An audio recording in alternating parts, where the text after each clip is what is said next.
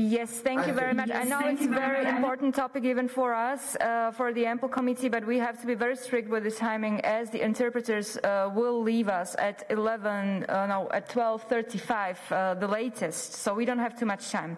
Now, we'll get to the first round of questions, and the floor will go to coordinators. We will start with Mr. Radke, continue with Madam Jongerius. Mr. Radke, you have 2 minutes.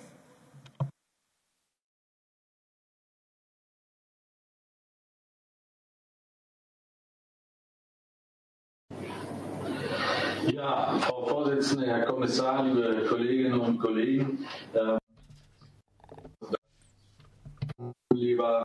Thanks very much indeed, Commissioner, for your comments. Nicholas, thank you for all of the work that you've done over the last few months. Thanks for the proposal that we have on the table. It's been discussed at quite some length, eagerly awaited, and I'm very pleased that it's finally here. I think there's significant scope, a lot of bandwidth available for this topic. Over the last couple of days, I've heard people say, don't try and cram everything in as far as the scope is concerned, and then others say the proposal doesn't go far enough. So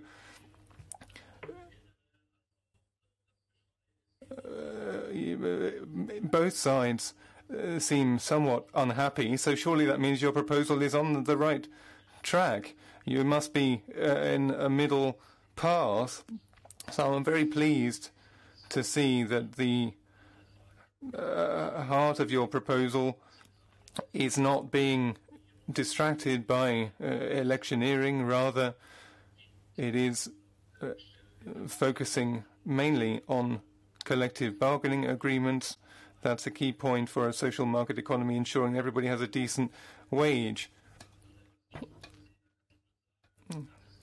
Now, I don't agree with those who are somewhat unhappy. I know that the economy in the EU is doing what they can. Authorities are being given the opportunity to intervene in the event that wage setting in the coal and steel industry gets out of hand. So again, that is a component of the founding myth of the EU, and again I think your proposal goes in the right direction. I look forward to working constructively together with you and all other parties on this topic. I'm afraid the sound was very poor. Thank you very much, Madam Jongerius. Now the floor goes to you for 2 minutes, and then we will have Madam Brunet. Madam Jongerius, please. Thank you, Chair, and thank you, Commissioner. I think you can say Europe is taking a new road with this proposal by the Commission. We see a paradigm moving away from competition on wages towards upward convergency. So I welcome this proposal, and I really warm-heartedly would like to thank the Commissioner for it. We are constructing a dam which will protect workers from the pressure to lower wages. And the proposed directive is setting criteria that statutory minimum wages must deliver upon. Rest assured that we will fight for guaranteeing that workers will at least earn 60% of the median wage or 50% of the average wage where statutory minimum wages exist. At the same time, we are bringing forward a positive wage development through covering more workers under collective agreements. And I think this is indeed, study after study shows this, the best way to ensure social progress in the whole of Europe. And therefore, I greatly value the focus on the strengthening of the collective bargaining. And with this proposal, I'm going to look closely into the definition of collective bargaining in the proposal. But simultaneously, we should ensure and safeguard that well-functioning national models and wage-setting traditions are fully respected. Workers will get more certainty when member states have to ensure with public procurement minimum wages and collective bargained wages are being paid. measures against intimidation and trade union busting must be taken. So it's also, in my opinion, necessary to get rid of any deductions of statutory minimum wages. But just today, I say social change starts here. Thank you. Thank you very much. Now we'll hear from Madame Brunet from Renew, and Madame Jamet, please get ready. Madame Brunet, the floor is yours. Thank you very much, Madam Chair. I'm very happy to be here. Personally speaking, and on behalf of Renew, I'd like to congratulate you on this draft, a directive and not simple recommendations, because I think this is the right moment to go further in terms of social convergence. And at the same time, we have to implement the principles on social legislation in the European Union. In terms of competition, we really have to have this kind of convergence, because otherwise we're going to have a problem with the brain drain and so on. So we do have to see that there are these minimum values. Now, the draft also allows us to have better collective bargaining in favour of the workers. And at the end of the day, we have a better European framework in terms of reducing any inequalities between the genders, between men and women, and at the same time make certain jobs more attractive, care workers and so on. Now, I have a question. When do you think you'll be able to include certain atypical workers, for example, workers on platforms? Thank you very much. Now we'll hear from Madame Jamet from ID, and Madame Peter Hansen, please get ready. Madame Jamet. Oui, bonjour. Madame la Présidente, Monsieur le Commissaire. Thank you very much indeed. Commissioner, it's been about a year since the Commissioner began to look into the issue of minimum wage. Since there are differences amongst all member states, of course, there is significant economic disparity, east, west, north and south of the EU, and it would appear that European authorities are now seeking to put in place a legal framework, imposing legal requirements, trying to incite us to improve the lot of European workers. We've held a whole raft of statements along these lines, some contradictory as far as the procedure is concerned. The idea of increasing a minimum wage to 60% of a medium wage has been advanced, and then we hear that such a measure would not be sufficient and fall short. So, Commissioner Schmidt, our economies are saddled with the free trade agreements, exclusive agreements that the EU has signed. So how do we square that with the fiction of a single market, which for decades has led to rampant outsourcing from the European single market? How does the EU seek to counter social dumping within the EU by setting a minimum wage? We have to stop signing these agreements with countries that do not respect our environmental and health rules. I think we're all clear that health, the economy, social welfare, all of these things have to be squared, and that has to be a way out of this crisis, whatever happens. But as a French person, I must tell you that we don't like the directive. More than ever, we have to show humility. We have to respect sovereignty, national traditions of each of our member states. Thank you. Now, Madame Peter Hansen, and please, Madame Rafalska, get ready.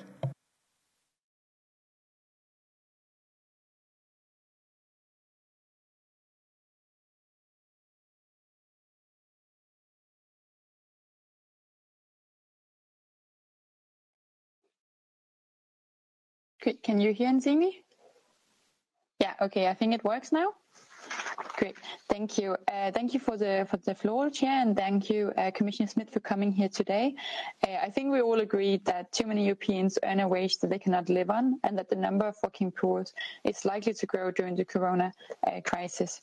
And this is also why the Green CIFA Group appreciate that the Commission is trying to act on the issue of in-work poverty. However, we need actions that make a difference, while of course respecting well-functioning collective bargaining models. And this is also why when I'm going through this proposal, I'm sad to say that this simply does not do the job. I'm afraid that this directive will not change the fact that people can work legally on down to €2 per hour, and this does not give anyone a living wage. And this is why I'm also curious to hear your thoughts on which countries will actually experience better minimum wages. I can't really see exactly who will have to increase the wages with this proposal, and this means that we will not have better wages in especially the south and eastern of Europe. So this is my first questions.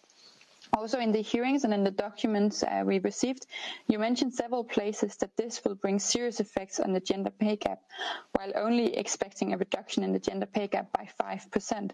So could you explain how this proposal will seriously close the gender pay gap? For me, I think that in addition to higher wages for women, and among other things, we need a serious focus on a care deal for Europe to cover all the care needs throughout the life cycle. And this will truly boost the gender equality in all of Europe. I'm looking forward to the response and to a good cooperation. Thank you. Thank you very much, Madam Peter Hansen. Now we'll hear from Madam Rafalska, ECR, and please, Mr. Willemsen from GUE, get ready. Dzień dobry, witam. Bardzo dziękuję. Yes, good morning to everybody. I'd like to start by thanking you very much indeed for presenting the directive to us. It's something that I read with great interest. I'm very curious about it. It's a huge challenge, and as the Commissioner quite rightly said, the treaties do not give us the right to set wages. It's always very difficult to find a legislative framework that fits the bill for all member states. So the question is whether we're not impinging on the sovereignty that member states have. Focusing on Article 4.2 and Article 5.2, the first of those, Article 4, Paragraph 2, compels member states to favour collective bargaining arrangements for workers irrespective of the type of minimum wage. Now, you've said that there are some countries where there is a minimum wage which is based on an agreement between social partners. That includes a number of member states. However, Poland sets minimum wage through legislation, like many other countries, and we do not have a remit to determine the value of salaries that are set via collective bargaining arrangements. In Poland, 17% of wages are set via collective bargaining agreements. So is that obligation also going to affect those countries who set wages via legislation? Because I did want to emphasize that since 2003 we've had a legal obligation in place in Poland, and compared to other countries we have a relatively high minimum wage amounting to some 52% of average earnings. We also have an hourly minimum wage for workers who do not have a fixed-term contract. So for us, this would mean we would have to move away from our setup, our mechanism that we currently have. Turning to Article 5.2, this sets out various indicators, parameters, criteria that the Commissioner mentioned that will have to be taken into account when setting a minimum wage. I am coming to a close. Are these indicators going to be mandatory, compulsory, or not? Thanks. Okay, so the first round will be closed with Mr. Willemsen. Mr. Willemsen, the floor is yours. Thank you, Chair, and thank you, Mr. Commissioner. I have 3 questions for you. First, you have reiterated several times that the Nordic models would not be affected by an EU initiative on minimum wages.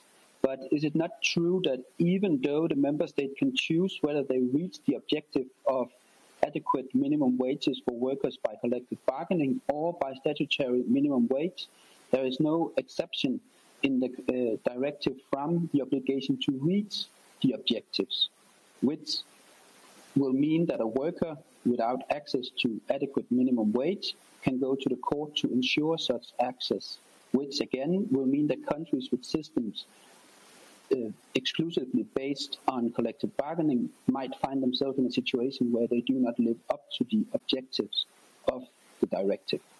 Secondly, in countries such as Denmark and Sweden, collective bargaining coverage is ensured exclusively by the social partners, or to be more precise, by the trade unions insisting on collective agreements and taking steps in this regard if necessary.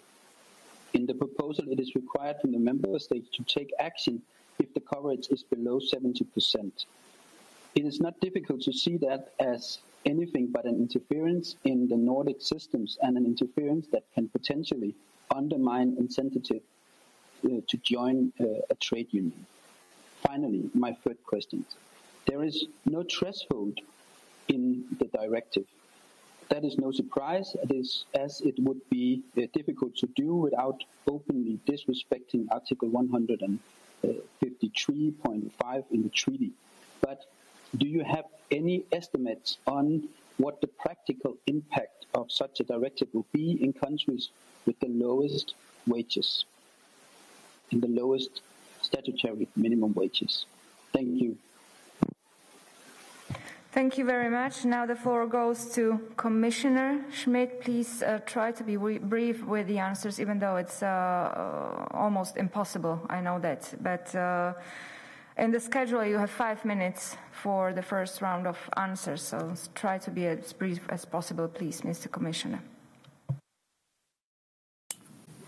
Well, I thank you first for the support, and also the different speakers who insisted a lot on collective bargaining, and I think this is obviously one of the important objectives also of this proposal to have in the respect of national systems fair wages.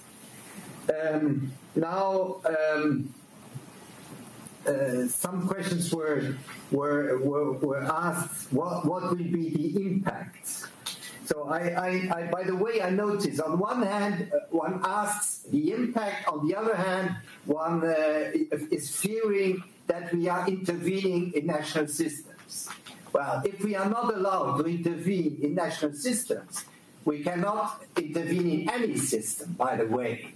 So there is some contradiction, I noticed now, but that's another issue. So I would say we cannot evaluate the immediate impact. Anyway, it will take time before this directive will be adopted, before it will be implemented. But what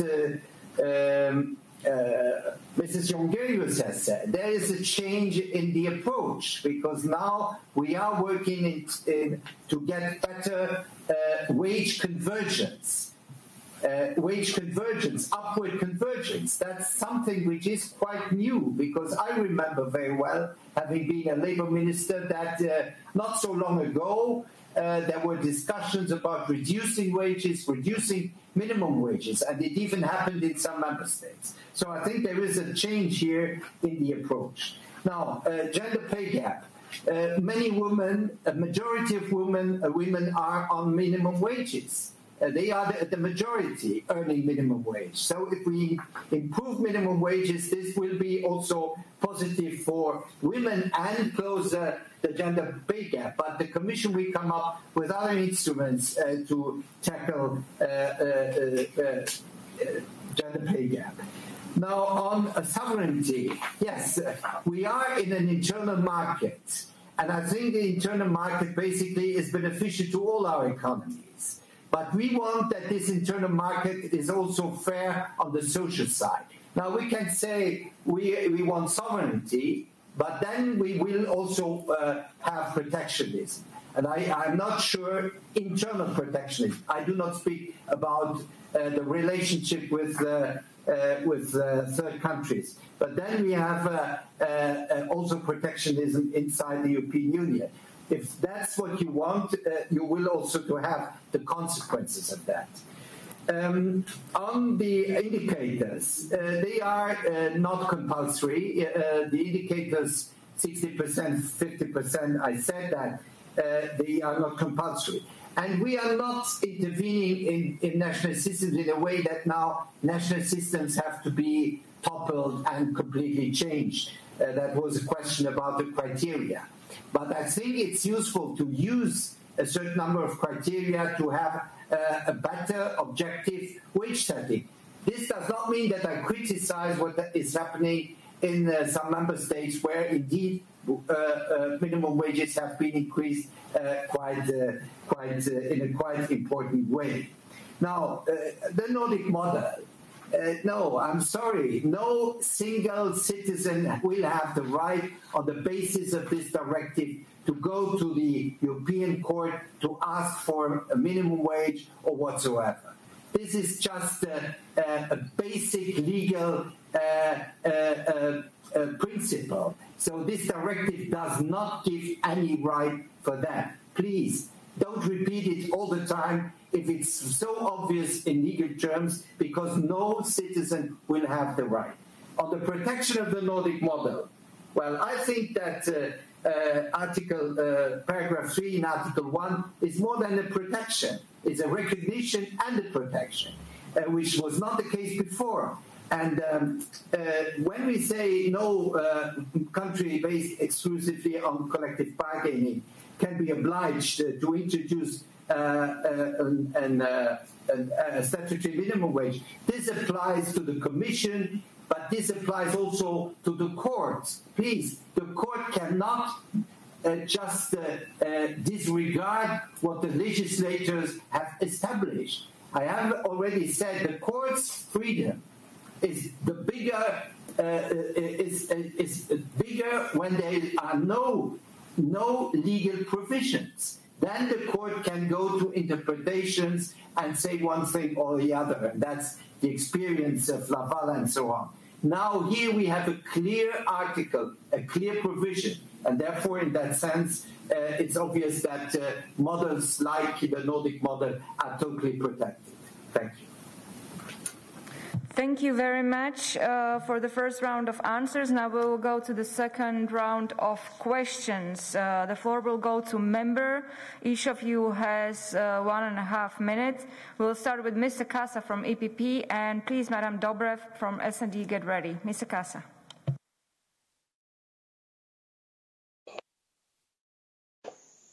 Thank you. I hope you can hear me. Welcome, Mr. Commissioner. Hello, colleagues.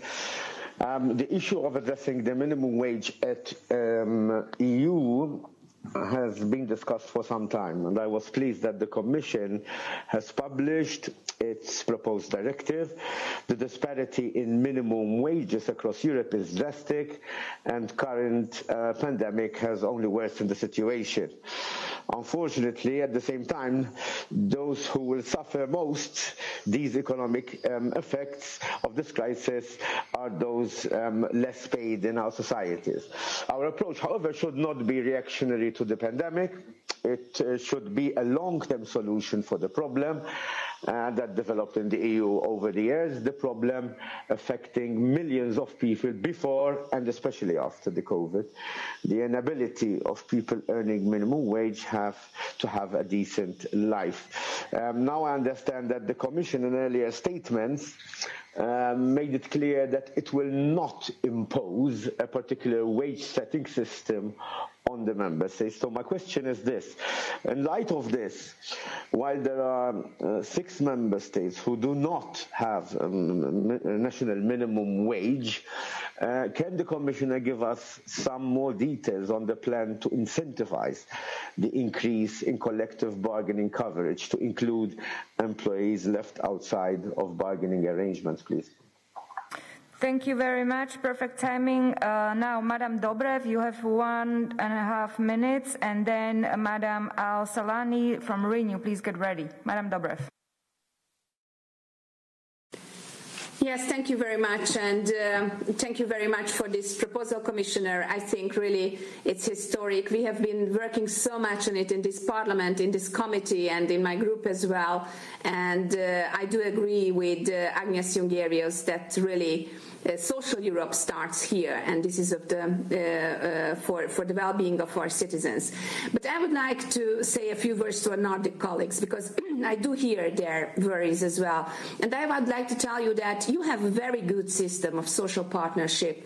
Actually, we are jealous for, me especially as a Hungarian, but we should not forget that there are many countries in Europe who have not this kind of privilege to have such a good system. You are a benchmark for us, and I think this directive and our aim is to reach the level where you are. But we should not forget that Europe has failed after 2008 and 2009, and one of the reasons why, for example, social bargaining systems were demolished in several southern and eastern European countries, it was exactly because of the mishandling of the 2008 and 2009 crisis by EU institutions, and we have to do something about it. And my question is, Commissioner, what do you intend to do with those countries who on purpose are trying to demolish the partnership and the trade unions in their own countries, and they are not giving the rights what they deserve? Do you think about sanctions or any consequences? Thank you. Thank you very much. Now we will hear from Madam Al-Salani from Renew and Madam Litsi from ID. Please get ready. Yes, thank you, Madam Chair, and thank you, Mr. Commissioner, for being here for this exchange. Well, Halloween is fastly approaching, and reading this proposal is a bit terrifying for me as a Swede, especially for us who value legally sound policies. The Commission chose to put forward this proposal even though 15 of the member states said no, and this illustrates a bit the Nordic countries and their worry, and that they are not alone in the worry that they're feeling towards this proposal. And I mean, I understand the argumentation about upward social convergence and so on, but still, if you don't build a welfare system in your own country by your national politics, if you don't prioritize that on your national level, no EU magic trolldom will fix it. And that is somewhere I miss in your argumentation in this document, that there is no responsibility to be laid on the national level. With this in mind, I believe that there are other more suitable policies. It seems that the Commission is fumbling in the dark, and your political guarantees and promises are not worth so much to those who are in grave need, to be honest. Ultimately, my biggest worry is not linked to the effects of the Nordic model. It is rather the minimum wages in itself. It won't give the people an increased quality of life. It is simply wishful thinking. Thank you. Thank you. Now, Madam Litsi from ID, and the next one would be Madam Peter Hansen. Please get ready. Madam Litsi.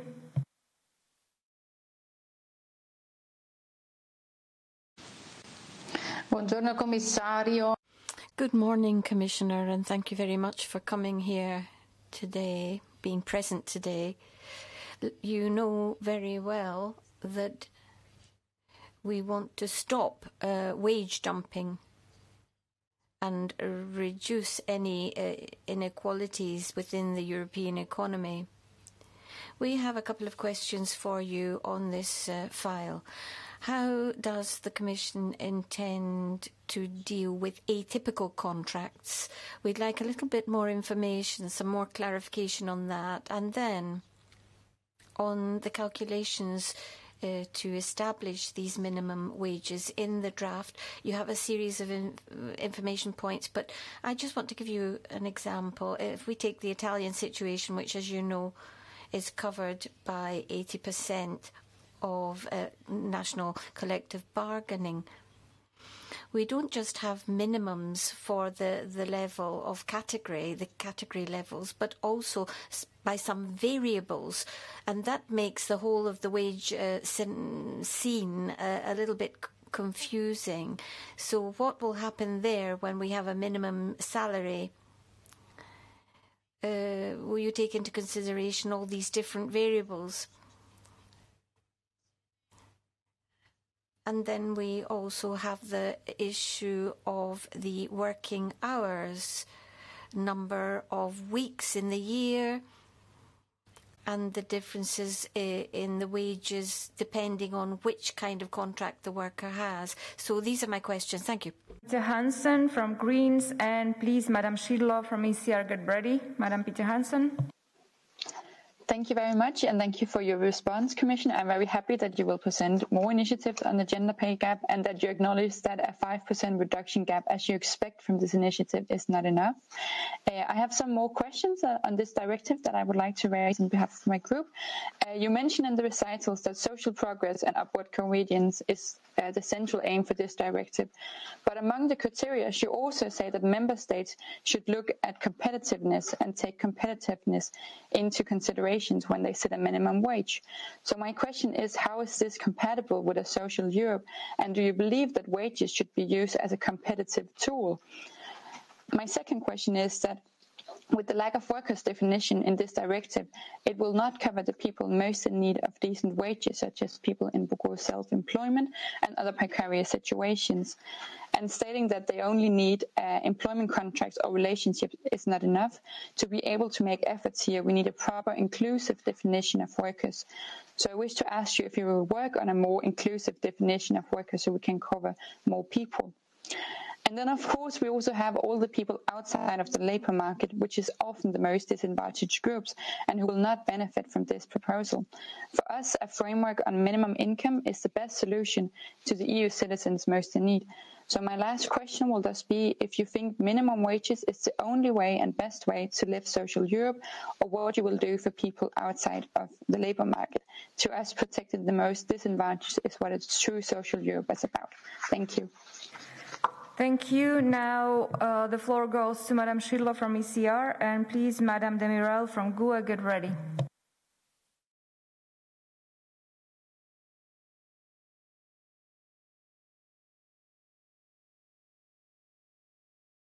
So Madam Schidlow is not connected, so the floor goes to Madam Demirel and then to Madam Rondinelli. Madam Demirel, you have 1.5 minutes.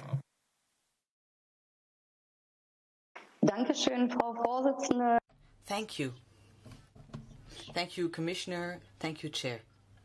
After your press conference yesterday, I received an email from the German employers' federations, and they expressed great concern about your proposal. They also stress that competences are being overridden here, and that collective bargaining agreements are perhaps being neglected.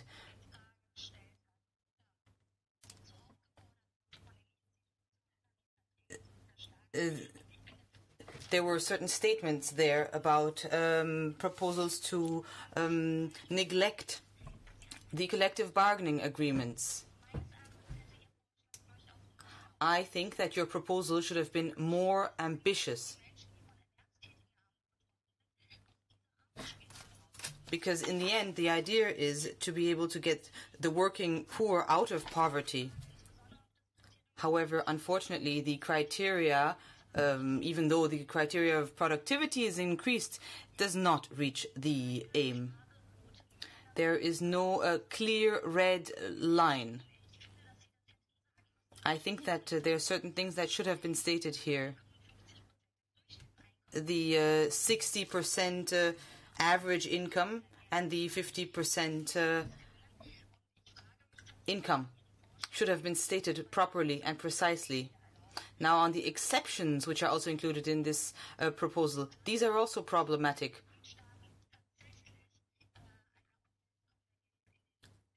There will be many people who will want to look for an upward convergence in wages.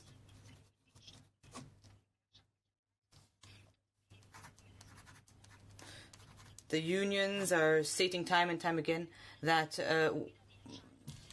minimum wages are supposed to be higher. However, I have my doubts whether this initiative is ambitious enough. Thank you. And we have 10 minutes to go to the end with interpreters, so please be strict with the timing. Madam Szydło, please, ECR, and then Madam Rondinelli.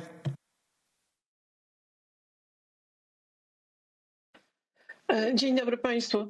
Ja chciałam zwrócić uwagę na... Yes, good morning. I want to flag up 2 points. First of all, I think this proposal is out with the competence of the European Union. Minimum pay is under the purview of the member states, depending on the financial and economic situation of those countries. We also have social agreements in our own individual countries, and that's got to be respected. Another issue at the moment, we have this proposal from Mrs. van der Leyen, and we didn't expect a second wave of the pandemic, which would be so negative for the economy of the European Union and the member states. So taking into consideration that context, this is not really the best way forward, that is making this effort on pay when the member states themselves are going through such a big financial crisis.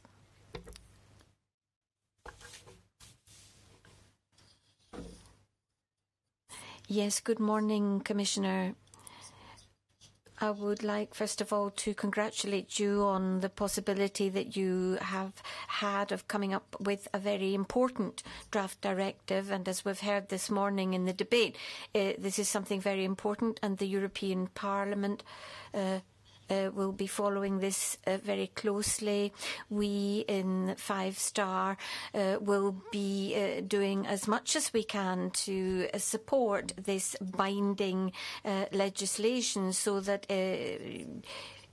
these problems of pay can be solved once and for all with a directive.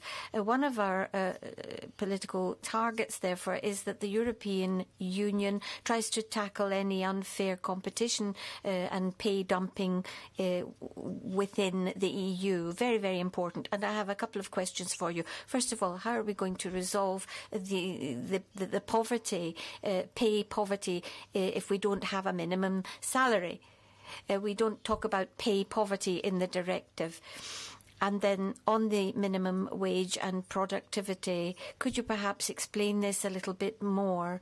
I wouldn't like to see minimum wage being somehow linked to certain criteria, which, given the current financial situation and economic situation, would be very difficult.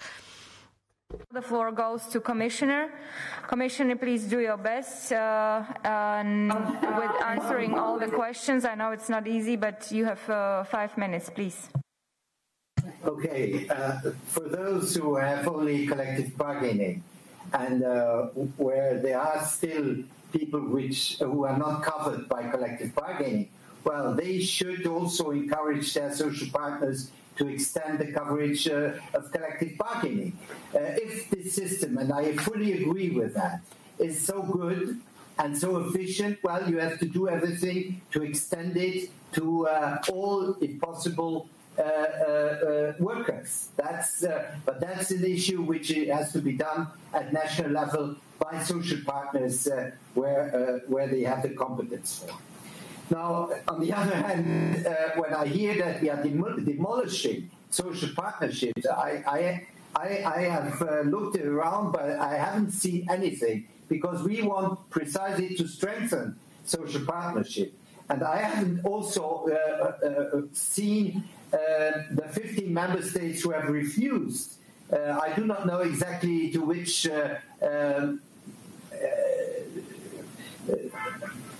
text you are referring. So this has never been conveyed to me, and believe me, I had a lot of discussions with ministers, and I cannot find the 15 member states in this refusal. Increased level of living, yes, this is the objective of this directive, to increase and improve the living standard and the living conditions of people. Atypical contracts, well, this directive applies to all workers with a labor contract. All those who are outside that, we have to deal with different instruments. That's the issue of platform workers or those who are outside the normal labor contracts. But this directive applies to everybody, every worker who has a labor contract. Well, competitiveness, as far as I have read the directive, is not in the core of the directive. Certainly, we always have to have the broad economic picture. You cannot ignore the economic picture. When we have this difference between 1 and 7, this gap between member states at the level of minimum wage, well, there are also economic reasons for this gap, and you cannot ignore these economic differences. But we have also to work on these economic differences. We have to enhance investment. We have to enhance the skills. We have to improve economic structures. So there is a linkage also with that. On minimum income, yes, minimum income is another aspect. But first you have to make sure that people who work have a decent living. And then also look at those who cannot work and talk about minimum income. Yes, I have also heard about these concerns by employers, which shows, by the way, that there is more apparently in this directive that some would accept it. Productivity is an important element in setting wages. All the trade unions will tell you that. And the paradox is that wages have not followed productivity increases, with the exception maybe of this COVID crisis, which is an exceptional situation. And that's also an issue, that wages should follow productivity and not always lag largely behind. On competence. Some would like us to set the wages, and others say that we are go above our competence. No, we are not go above our competence, because we do not set any minimum wage or limit or of minimum wage. And when I heard the linkage with COVID is obvious, but would that mean that you would consider now reducing minimum wages because people who are very often dealing with this crisis, with this health crisis, earning minimum wage, should their wage be decreased eventually? Well, this is something I would like to understand better. Productivity I have already mentioned. This is one of the elements to set wages, and there cannot be, on one hand, as on the other hand, a gap between productivity and wages. But the fact is that wages have not followed productivity during the last years. Great. Thank you so much, Commissioner, for answering the questions. If you still have some questions that you feel that were not answered, you can always approach the Commissioner by email and do it in a written procedure. I want to thank to all of you. I'm sorry for being so strict with the time, but we really do have only certain time for the session, for the exchange of view, and for our interpreters who gave us actually 10 extra minutes. I'm very thankful for that. So thanks to all of you, and have a great rest of the day. Thanks.